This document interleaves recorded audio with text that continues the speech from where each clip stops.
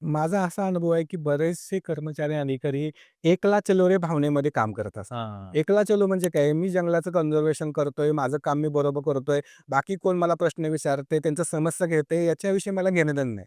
परंतु मी स्वतः आणि माझ्या टीमला मी अशी सवय लावली आहे, की आपल्याला लोकाभिमुख शासन चालवायचं आहे. ॲब्सोल्यूटली. लोकाभिमुख काय याच्यासाठी चालवायचं आहे, कारण की आपण जोपर्यंत स्थानिक लोकांना, आदिवासी लोकांना, जंगलात राहणाऱ्या लोकांनी इन्व्हॉल्व करत नाही, तोपर्यंत त्या जंगलाचं कॉन्झर्वेशन होणार नाही. करेक्ट. मग कॉन्झर्वेशन करण्यासाठी आपण लोकलच गाईड घेणार आहे, लोकलच कुझिन सर्व्ह करणार आहे आणि जेणेकरून लोकांचं अर्थार्जन वाढलं, हं, की त्यांची वनावरची डिपेंडन्सी कमी होते. हं. म्हणजे इन अ वे वन विभागाचा देखील फायदा आहे, लोकांचा देखील फायदा आहे. ई माध्यमातून दर महिन्याला आपला वनरक्षक लोकांशी बोलतो.